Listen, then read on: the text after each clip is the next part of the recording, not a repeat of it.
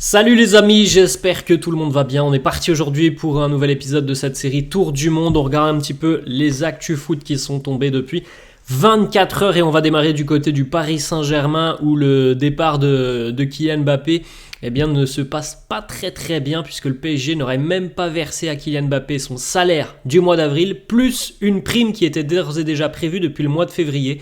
Ce sont les informations du quotidien L'Équipe. Un oubli entre guillemets qui est estimé à 80 millions d'euros selon une source proche du club. Fabrizio Romano a d'ailleurs confirmé les informations et a indiqué que les avocats de Kylian Mbappé s'étaient saisis du litige entre le club et le joueur. On continue du côté du Cameroun. Alors c'est assez invraisemblable ce qui se passe du côté de la sélection camerounaise.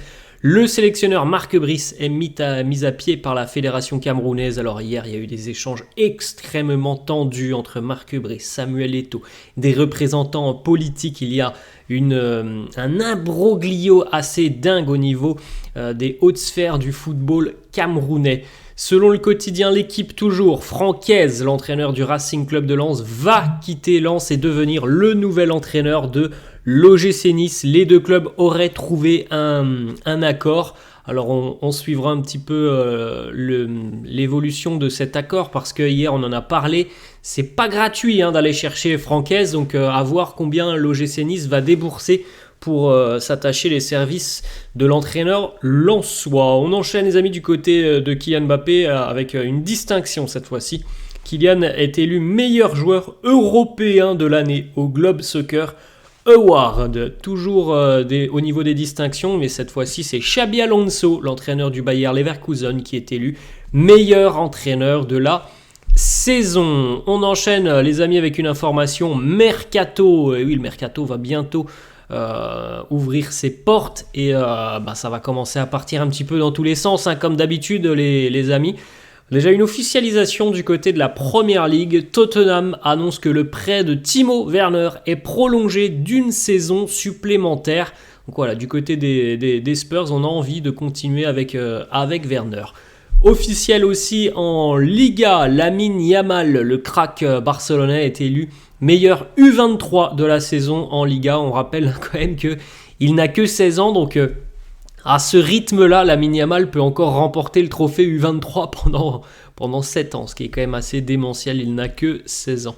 On continue les amis avec une petite déclaration de Kylian Mbappé, interrogé peut-être sur un avenir, alors peut-être lointain, mais en Italie, il nous dit « Je l'ai toujours dit, si un jour je devrais jouer en Italie, ça serait à Milan. Je suis un grand fan de Milan depuis que je suis enfant. Je regarde tous leurs matchs en Serie A. » Voilà les mots de Mbappé. Visiblement, il y a le Real et l'AC Milan. Donc il a toujours été plus ou moins un grand supporter du Real et de l'AC Milan. On enchaîne les amis avec du côté de la Liga, Jude Bellingham qui lui est élu meilleur joueur de la saison en Liga. On va à Marseille maintenant, Franck McCourt, le propriétaire de l'OM qui nous dit « La question de la vente de l'OM devient absurde. J'y réponds depuis 8 ans. Le club n'est pas à vendre. J'aime l'Olympique de Marseille. Nous démarrons cet été un nouveau projet à long terme avec Pablo Longoria aux commandes. » On continue du côté du Paris Saint-Germain. Une autre information, mercato. Khvicha Kvaratskhelia souhaiterait rejoindre le Paris Saint-Germain. Alors je ne sais pas si dans le fil d'actualité, on va avoir la déclaration de l'agent de Khvicha. Mais en tout cas, il y aurait déjà une offre concrète de la part du PSG pour le Napoli. Une offre de, je crois, à peu près 100 millions d'euros. Moi, je vais regarder de toute façon, on va regarder ensemble le fil d'actu. Mais en tout cas, le PSG est très bien positionné, visiblement, sur le dossier du géorgien Kvaratskhelia. Here we go, Fabrizio Romano, Matvei Safonov, le gardien russe de Krasnodar, s'engage au Paris Saint-Germain contre 20 millions d'euros, bonus inclus, contrat jusqu'en 2029. Des images d'Aurélien Tchouaméni à l'entraînement hier avec le Real, à moins de 3 semaines de l'Euro. On rappelle qu'il sera trop juste pour participer à la finale de la Ligue des Champions en fin de semaine. Mais bon, là, quand on le voit courir sur le terrain, normalement, je pense que il sera remis à temps pour le début de l'Euro dans à peine 3 semaines maintenant. Eric Lamela, 32 ans, quitte le FC Séville. Il est libre de tout contrat. Le Borussia Dortmund étudie la signature de Mason Greenwood, Le BVB devrait activer les premiers contacts après sa finale de Ligue des Champions. Greenwood, qui a vécu des moments très compliqués du côté de Manchester United, on sait qu'il y a eu beaucoup de problèmes extra-sportifs. Et puis cette année, cette arrivée du côté de l'Espagne a été très bénéfique pour lui. Il s'est relancé, il a véritablement affiché un bon niveau en plus de ça. Il a été décisif aussi, Mason Greenwood. Donc voilà, ça peut lui permettre d'être un joli tremplin, ce passage du côté de Retafe. On sait notamment aussi, je crois que l'Atlético était intéressé. Donc Dortmund se montra aussi intéressé. Il faudra maintenant négocier avec Manchester United et aussi connaître un petit peu de quoi sera fait son avenir du côté de Manchester United.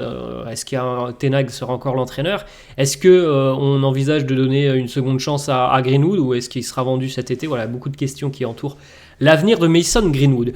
Selon Di Marzio, et donc ça a été bel et bien confirmé, le PSG aurait transmis une offre de 100 millions d'euros pour Kvaratskhelia. C'est désormais au Napoli et surtout au président napolitain, qui est un homme très dur en affaires, Aurelio De Laurentiis, d'accepter ou non cette belle proposition. C'est quand même plutôt pas mal, 100 millions d'euros quand on pense, les amis, si je ne me trompe pas, que le Napoli est allé le chercher, je crois, au Dynamo de Tbilissi, si je ne me trompe pas, en Géorgie. Je crois que c'était 15 ou 20 millions d'euros. C'était quand même déjà assez cher à l'époque pour le joueur, mais là, la plus-value, elle est exceptionnelle, puisqu'il a pris une toute autre dimension, Kvaratskhelia. Et une offre de 100 millions d'euros pour un joueur que tu es allé chercher il y a un peu plus de 2 ans maintenant, c'était donc à peu près 20 millions d'euros. Faire un x5 comme ça, c'est pas tous les jours dans le monde du football, donc c'est quand même une proposition qui peut peut-être convaincre le dirigeant et le président napolitain. On continue les amis du côté de Chelsea qui a nommé Enzo Maresca comme nouvel entraîneur. L'accord conclu couvre un contrat jusqu'en 2029 avec une saison supplémentaire en option. Les Blues vont devoir indemniser Leicester pour finaliser le deal. Il était à Leicester, il a fait monter Leicester en Première Ligue cette saison. Bon, on verra bien. C'est quand même un entraîneur qui n'a aucune expérience du très très haut niveau parce que Chelsea a quand même des légitimes ambitions vu les sommes investies par les dirigeants des Blues de Chelsea depuis qu'ils ont racheté le club. Chelsea a évidemment de légitimes ambitions. Enzo Maresca n'a jamais entraîné une telle équipe. Voilà, ça me surprend un petit peu de voir qu'on n'est même pas au début du mois de juin. Chelsea s'est déjà jeté sur un entraîneur qui peut-être est extrêmement doué, je ne sais pas.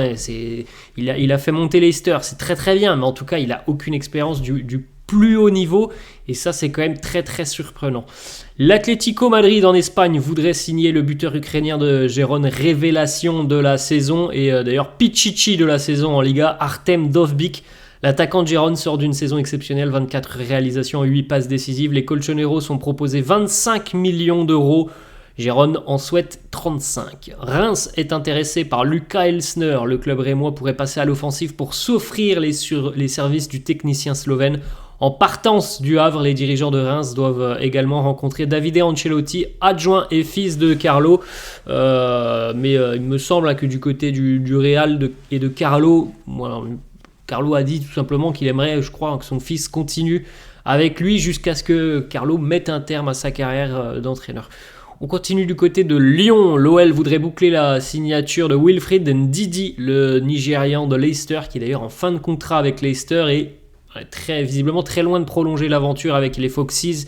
Donc Ndidi serait libre et ça serait une arrivée gratuite pour l'Olympique Lyonnais d'un joueur quand même relativement très expérimenté. Vous pouvez jeter un petit coup d'œil les amis, le 11 type de la saison en Première Ligue. On retrouve notamment un Français dans l'arrière-garde, Saliba. Regardez l'équipe type. Bon, c'est la défense d'Arsenal. Les 4 défenseurs sont des 4 joueurs des Gunners. Le gardien étant le gardien des Gunners. On retrouve 4 joueurs de City, un joueur de Chelsea et un joueur d'Aston Villa.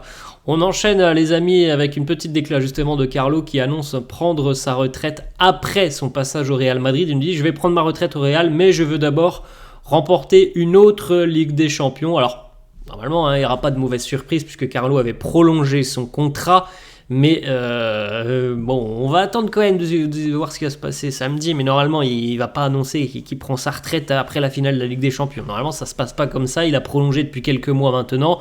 Il devrait au moins poursuivre pour une saison supplémentaire.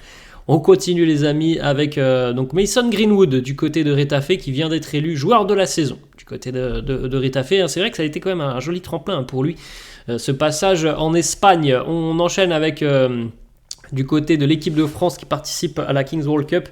Qu'est-ce que j'ai fêté ça quand ça s'est passé? Musique à fond, ouais c'est pas moi. Samir Nasri sans filtre sur la grève de Naïsna des Bleus en 2010 alors que Domenech ne l'avait pas appelés. Ils seront libres cet été. Regardez un petit peu.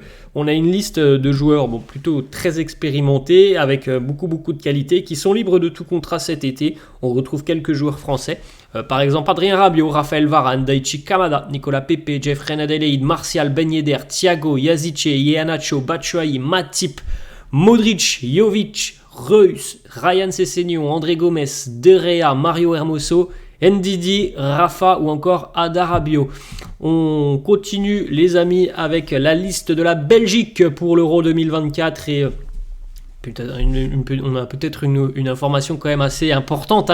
Thibaut Courtois n'est pas appelé, le meilleur gardien au monde n'est pas appelé par le sélectionneur belge. Alors on sait qu'il y a eu beaucoup de problèmes entre Thibaut et la fédération belge, l'équipe nationale, donc c'est certainement lié à ça, mais c'est quand même fou de se dire que la Belgique va se passer de Thibaut Courtois.